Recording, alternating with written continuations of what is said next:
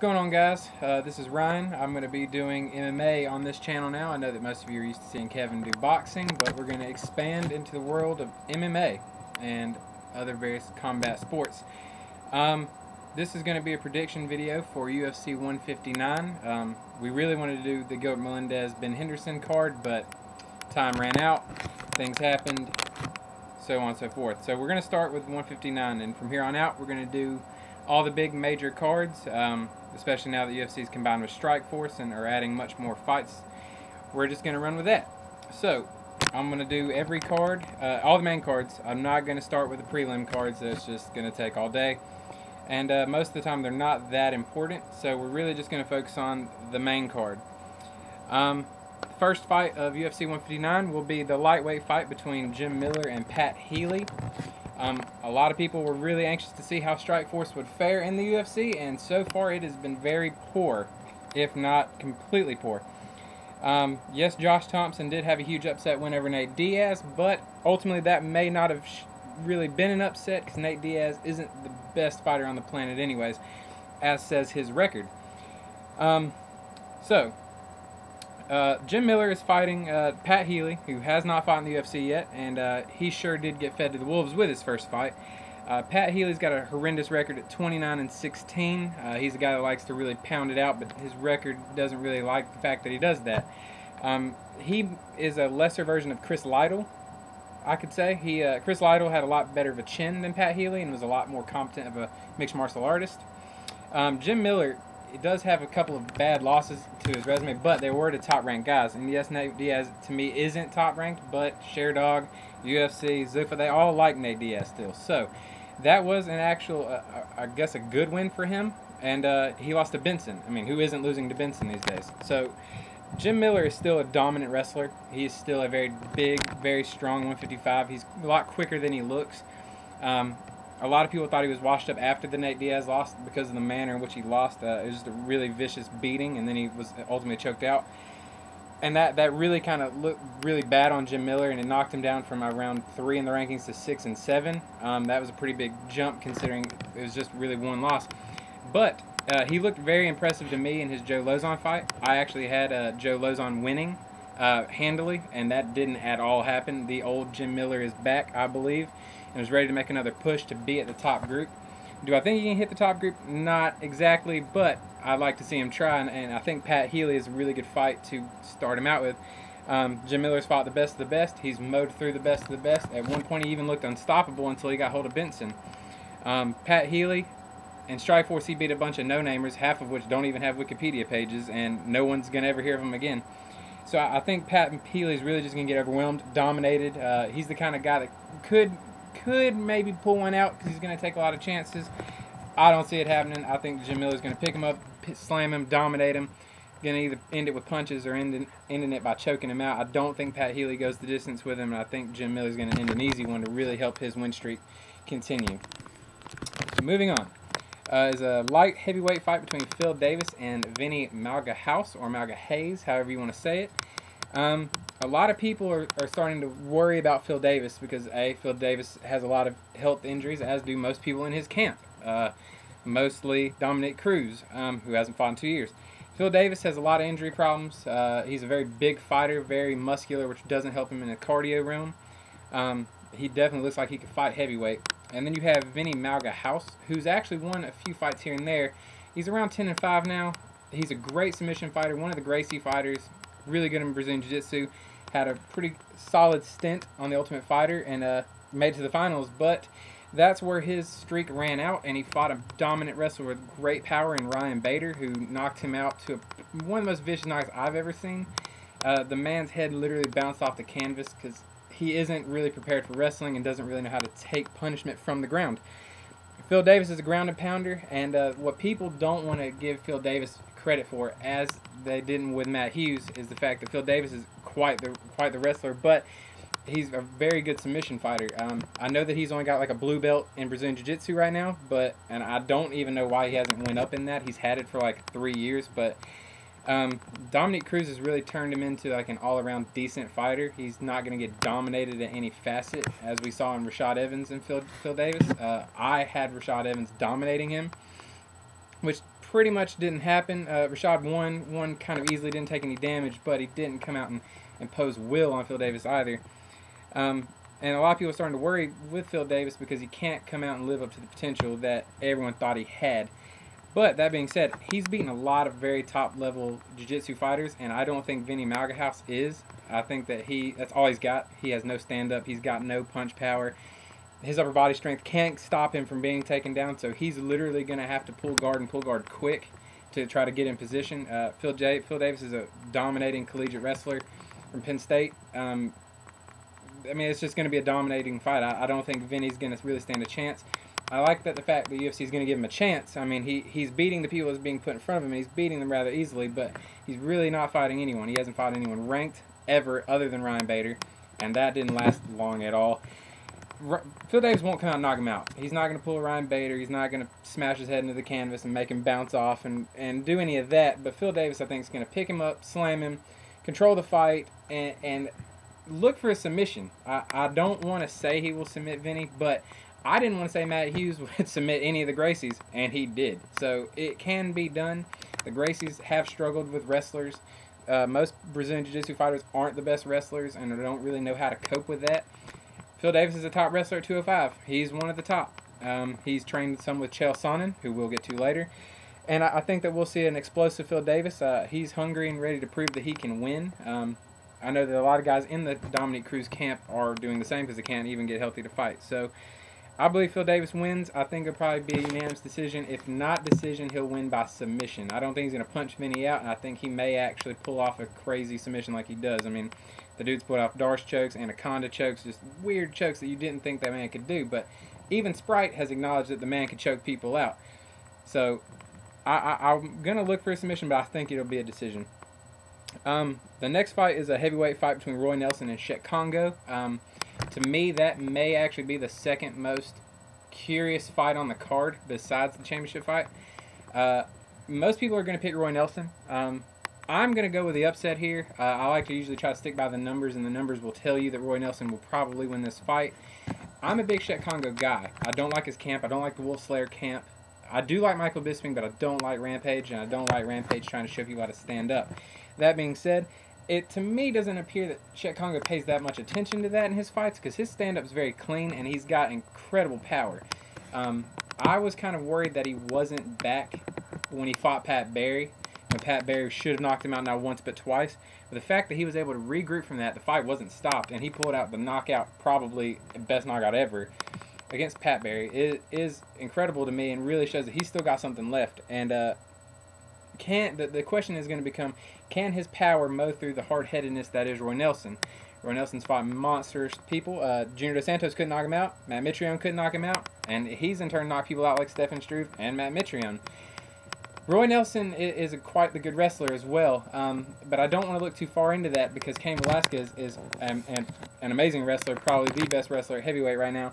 And Chet Congo he went toe-to-toe with Cain, and he took Cain to unanimous decision. And he didn't get, blitzkrieg like Antonio Silva did. Do I think Chet Congo will have to work to win this? Absolutely. He's going to have to be really clean with his strikes, and he can't let Roy get close because Roy really likes to get close and throw a big overhand. The issue with Roy is the fact that he should fight 205, and he's too lazy and too out of shape to want to do that. He's not tall. He's got a very short reach, and Chet Congo is a monstrous heavyweight when it comes to muscle and athleticism. He's way more athletic. He'll be in way better shape than Roy. And it's going to come down to can he get that shot in when he needs to get it in. He needs to look for a knockout, and I think if anyone can do it, it's Chet Congo. Now, him being 37 does worry me, but as we've seen in the UFC, or MMA as a whole, your age doesn't really play as big a role as it once did with people like Rich Franklin and Chuck Liddell. You've got people in their mid to upper 30s that are still at a very high level, and I like to think that Chet Congo can come out and win. He's looked amazing in all of his fights other than the Mark Hunt fight. And Mark Hunt is one of those guys that looks like you should just win. Mark Hunt's record is terrible. He's one of those guys that comes in the ring amazingly overweight and just really overconfident, and his record is god-awful. It's around 10-7, 11-7, and yet he knocked out Chet Congo because Chet Congo really thought that fight was his and he could just stand and bang, and he got knocked out. I think he's going to learn from that. He won his rebound fight, and Chet Congo should really look to stay clean. Don't get crazy. Don't fight him like you're going to fight Pat Barry, because Pat Barry's a different guy than Roy Nelson. Roy Nelson's smart, which is amazing for me to say that. I mean, with a mullet, it's hard to give anyone credit for being smart. But that being said, Roy Nelson's got amazing jiu-jitsu that people don't give him credit for. He uses his gut and poor physique actually to a benefit when he gets you on the ground. It's hard to get that kind of weight off of you. And if Shek goes to the ground, he's really going to have a hard time getting back up. But it's very hard to get Congo on the ground. It's very hard to do that. A lot of people have tried. Kane's really one of the only ones that's been successful in doing so. And that's saying a lot. If Kane can take you down, Kane can take you down. Took down JDS. I mean, that's life.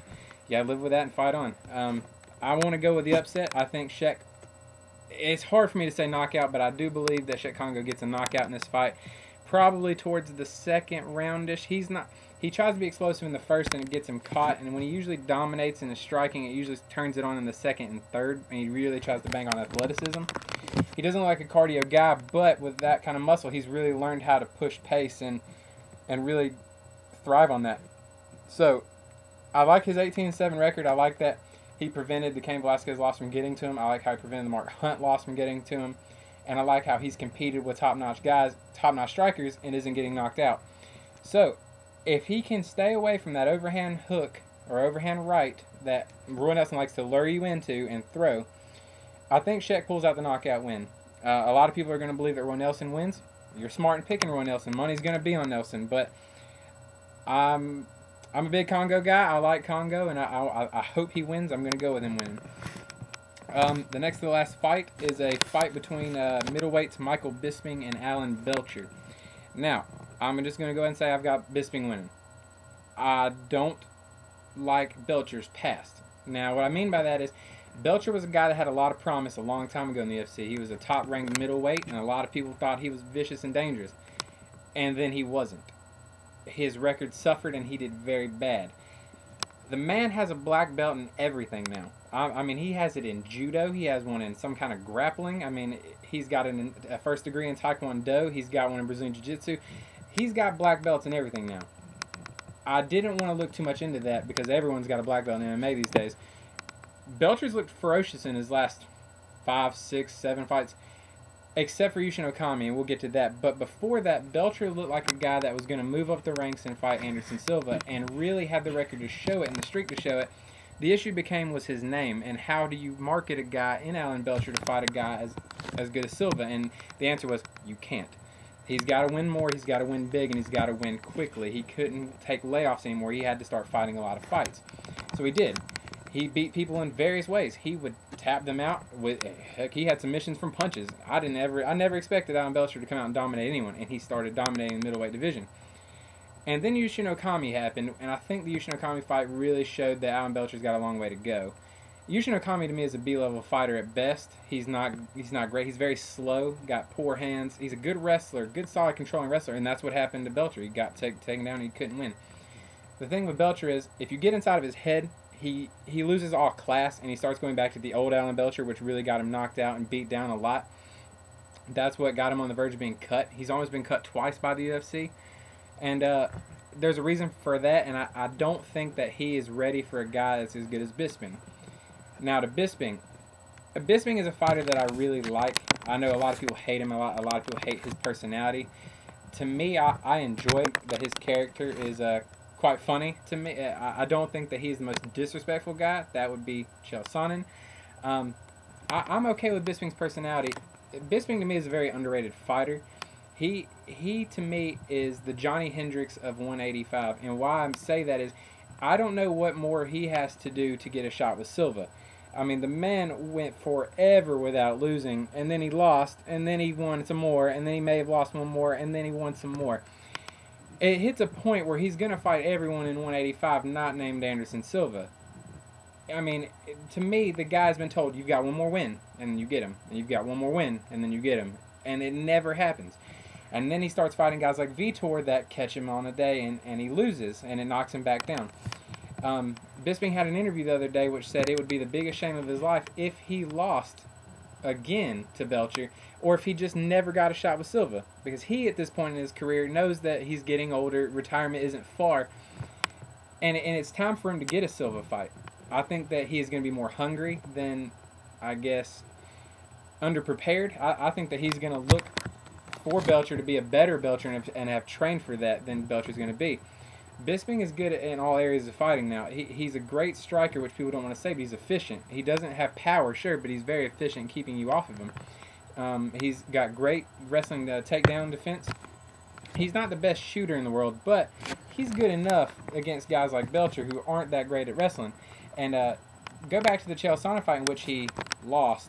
I had Chael getting beaten that fight badly. I didn't even think it was very close, and that was one of the more rigged fights I've ever seen in MMA. And that was purely to set up Anderson Chael 2. He got the bad end of that, but Dana White himself said that he was going to move up because of not down. So, with that being said, I think that Bisping is going to outclass Alan Belcher. I don't think Belcher really stands a chance.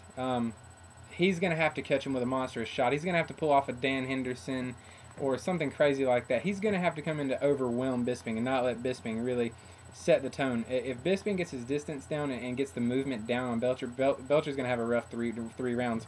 I don't think Bisping's going to come finish because he's not that well of a finisher, but he can be an overwhelming guy at 185 when it comes to how many times you're going to get hit in the face, hit in the body. He's a good dirty boxer. He's a good boxer. He's very good at all facets of the game.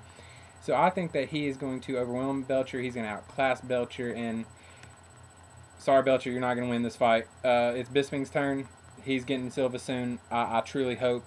Maybe you'll get it one day, but it won't come this fight. So for the final fight, the championship fight, Kevin's going to jump in on this one. He knows a lot about Jones and Chael. Who doesn't at this point if you keep up with any type of MMA. So, this prediction is going to be almost silly. I mean, John Jones will win. John Jones is going to win. There is zero doubt. Chael Sonnen should not be in this fight. A reality TV series kept Chael in this fight. If it weren't for The Ultimate Fighter, Chael would still be fighting Forrest Griffin. Now, I want you to understand something. For the UFC to believe that your first fight at 205, a division in which you couldn't win at anyways and were dropped back down to 185, to be Forrest Griffin, that's your first fight? Battle-scarred shot fighter. The UFC doesn't think that you can come in and win. They don't think that you can come in and dominate, and they need to see you beat a stepping stone. Chael Sonnen cannot beat John Jones. Sure, okay, we'll go to the Ultimate Fighter. He can beat him at bowling and 3 rounds of bowling. He can beat him at driving a stupid dump truck. Congratulations, Chael. He ain't gonna win the fight. You aren't gonna win this fight. And I don't want to be biased with it, but and I used to like Chael. I did have Chael beating Anderson in the first Anderson Silva fight. Chael is a phenomenal wrestler. I mean, the dude is a highly decorated wrestler. He's an amazingly confident guy, and he's got a lot of heart. That worked against Anderson Silva because Anderson Silva isn't a fully developed MMA fighter. He's a beast at stand-up and has tricky submissions, but zero takedown defense, zero wrestling ability. That's Anderson. I mean, well, that's for another day. He keeps you at a distance. And he keeps it, and he pounds you. And for 4.5 rounds, Chael made it rain on Anderson. But this isn't Anderson Silva. This is a guy that would dominate Anderson Silva. Much more complete fighter. This is arguably, with GSP, the #1 fighter in the world. He's the most well-rounded guy, arguably, with GSP.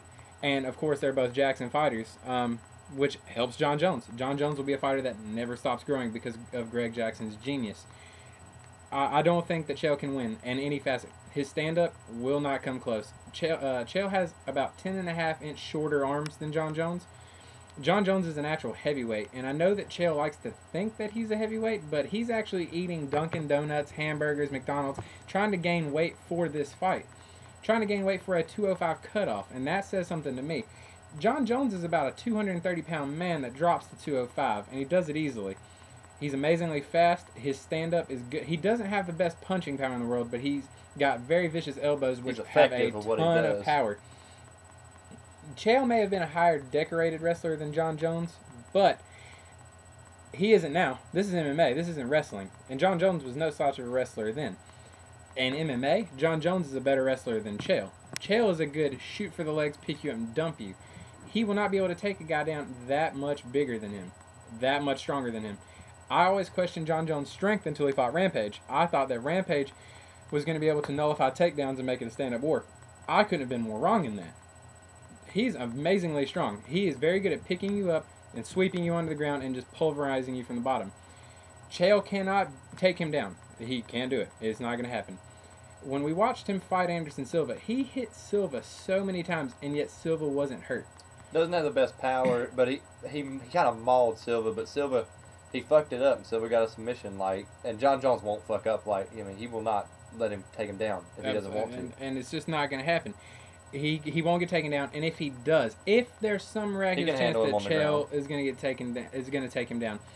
Chael gets submitted by everybody. You don't have to be a submission fighter to submit Chael, because Chael's going to allow himself to be submitted. He's got good takedowns, but he's got takedowns for wrestling. He likes to really lock his head right next to the hip, which really sets him up for guillotines. He's being guillotined time after time after time. He'll get manhandled on the ground if he takes John down. John's got vicious elbows from his back, so he can really pour it on Chael from his back. Chael can't win there. Chael doesn't have the punching power to hit a one-shot knockout. He just can't do it. Even if he did, Rampage had that ability way more so than Chael does. Rampage couldn't do it. Dan Henderson would have had the ability. He got hurt, but Dan Henderson isn't going to beat him either. It's just not going to happen. John Jones is a very prepared fighter. He isn't the type of fighter that takes the huge layoffs, as we've seen in the past. He likes to fight consistently and keep the weight off, and he likes to really keep himself mentally prepared for fights by fighting consistently. He's turned fighting almost into a lifestyle, which is starting to disappear in MMA, really. He fights around the clock. I mean, the man fought 4 to 5 times consistently, and he's very, very young. So to me, he will be much more fight ready than Chael, especially now that Chael is apparently having to gain more weight and more of a frame to even compete. It's hit a point now where Chael is more annoying than anything. I like that John Jones hasn't really jumped into battling back with words. I like that he stood his ground, and gonna let his actions he's just speak. going to let it happen in the ring. I don't think that Chael will go very far. He will go as far as John Jones allows him to go. John Jones will be able to control this fight pretty much in the realm of what he did with Rampage, yet Rampage could hit you and really do damage. Chael can't do that. Because of that, the fight is going to be just a dominating, I think, ground and pound by John Jones. I don't think that it's going to be close. I don't think Chael will win a round, and he may even fall into a 10-8 round. And that's very hard to do in MMA, but he may actually do it. If he gets pinned on the ground, if Chael ends up on the ground, he's stuck. He can't get up. He won't be able to get away from the damage of the elbows. If he stands up against the cage, he's going to get overwhelmed by knees, elbows. That's the thing about John Jones, is the fact that he can hit you literally from anywhere. He can hit you from across the ring. He comes in crawling like a spider. The dude is just about unbeatable at 205. I'm really almost ready to a point to say he is, and I'm ready to see him fight at heavyweight. I don't think Chael makes us competitive. I actually believe that Chael will get dominated to a point now. He won't be able to talk his way back into any more title shots. So all the Chael Sonnen fans out there really need to hold on to this last moment, because this will be his last shot for gold, I believe. I don't believe there's any chance Chael wins. Chael is just going to get outclassed, overmatched, overpowered, overstruck, out-wrestled, outplayed. He thinks he's a gangster from Oregon, whatever that means. That's not going to help you in a professional MMA fight. It's not going to help you. Dana White's going to get tired of you after this fight. Joe Silva's going to get tired of you after this fight. The only thing that's really really making me anxious about this fight is that he's called out middleweight champions, he's called out light heavyweight champions, and he has called out heavyweight champions. So my biggest question is, does Chael Sonnen go from this fight calling out a man of Junior Dos Santos caliber, Cain Velasquez caliber? I actually hope he does. So he gets his ass whooped again. So he can lose again. Yeah. I actually hope it happens. It won't work anyways. I mean, if the man's struggling to make 205, he definitely won't be able to fight people bigger than him. But just a thought. But yeah, John Jones will definitely take this fight. I wouldn't be surprised if Jones even put on like a showcase where he just dominates him everywhere. Like he lets him stand up for a little while, dominates him there, lets it go to the ground, dominates there. Just because of all the trash talk Chael's been doing, just so he can shut his ass up. And and you can talk trash if you're the best like that, but he hasn't really beat an elite opponent. Like Anderson Silva had the first fight won, fucked it up. Got fucked up in the second fight because he did a stupid little move.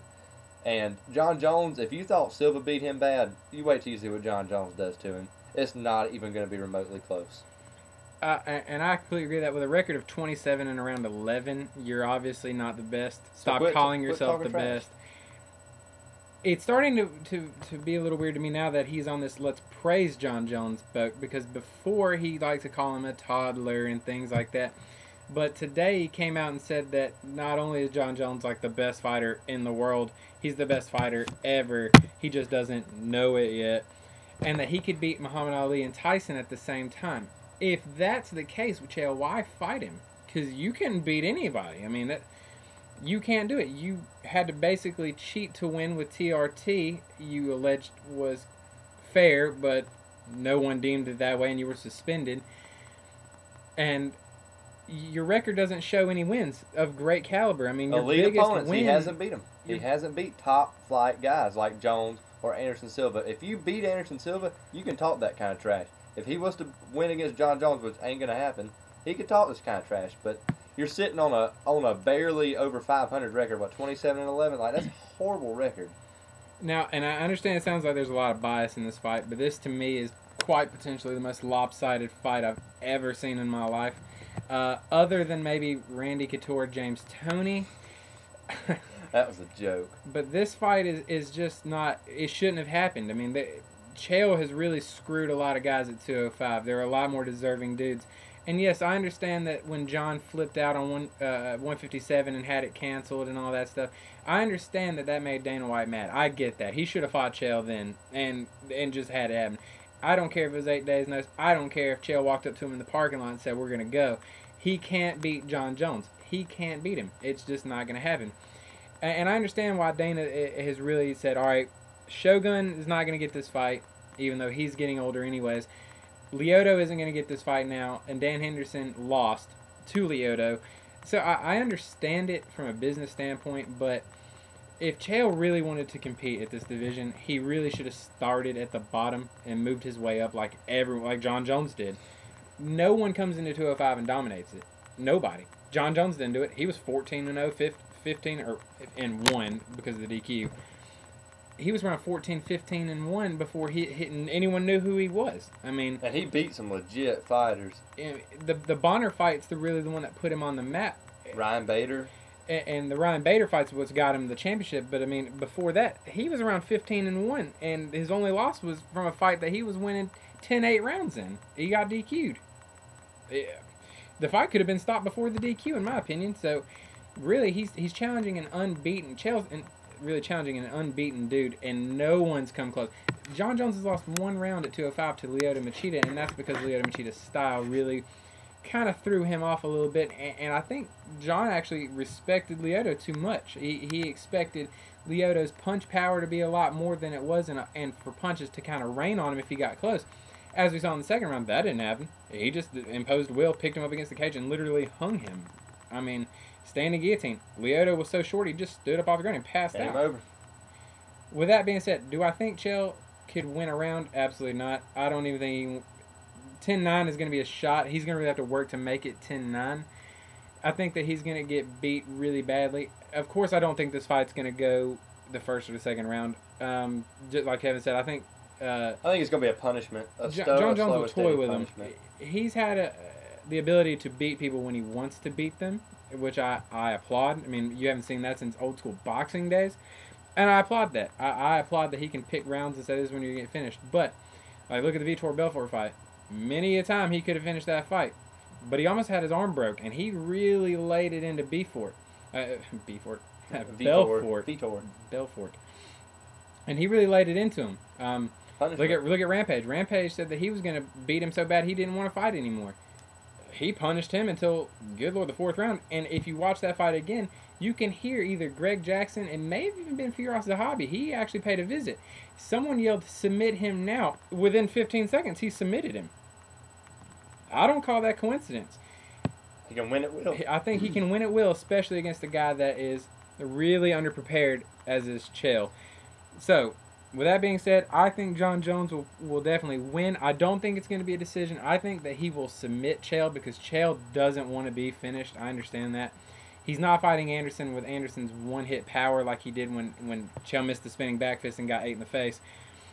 So I think that it'll probably come via submission because he's totally going to try to take him down the whole time. He's going to try to punch. He's going to realize he can't punch him. It can't happen. If he does get close, he's going to get hit with elbows. So his best chance is to pull an Anderson Silva one again and really try to hold John down. When that happens, I believe John will overwhelm him. If he does take him down, so what? He's going to overwhelm him from the bottom, rain with elbows, rain with punches, reverse out, get on top, and dominate. From that, he will submit. I believe that he submits in the 3rd to 4th round-ish. Regardless of the fact, John Jones will win. Another impressive win. Another one that puts him up in the top of the pound-for-pound rankings again. And life will move on without Chael Sonnen. Good. And we're ready for it. The only reason Chael Sonnen got this fight is because he marketed himself well. I actually think that John Jones will stop him in the 3rd round. Chael's only strategy is going to be basically to maul John Jones, and you can't do that. You can't just bull rush John Jones. It don't happen. It ain't going to happen like it happened against Anderson Silva, who has very poor takedown defense relative to John Jones. So I think you're going to see some of it on the ground, but I think most of it's going to be standing up, and I think John Jones is going to toy with him and stop him in the 3rd round. That's what I think. Pretty easy card to predict. We only had one really upset win in Czech Congo, so hope you guys enjoy the fights. Make sure to tune in to 159. Just to review the winners again, I'll just kind of go back over them again, just if you kind of skip forward. I have Jim Miller winning. I have Phil Davis winning. I have Czech Congo winning. I have Michael Bisping winning. And I have, of course, the champ, John Jones winning. And we'll do a post. We'll try to do a post card as soon as we can. We'll do a review after the card. It's gonna be a good fight weekend. It's gonna be next couple weekends. Gonna be great. You got Mayweather fight coming up. You've got. I mean, obviously this card's gonna be. There's a lot of fights on this card that could go some weird ways. So. But that is 159. Upcoming after this one will be UFC on FX. It will be Luke Rockhold versus Vitor Belfort, a fight I am personally very excited to see. That's coming to you on May 18th. We will try to drop a video on you guys pretty soon for that one. You guys have fun out there. Peace. Stay classy, San Diego.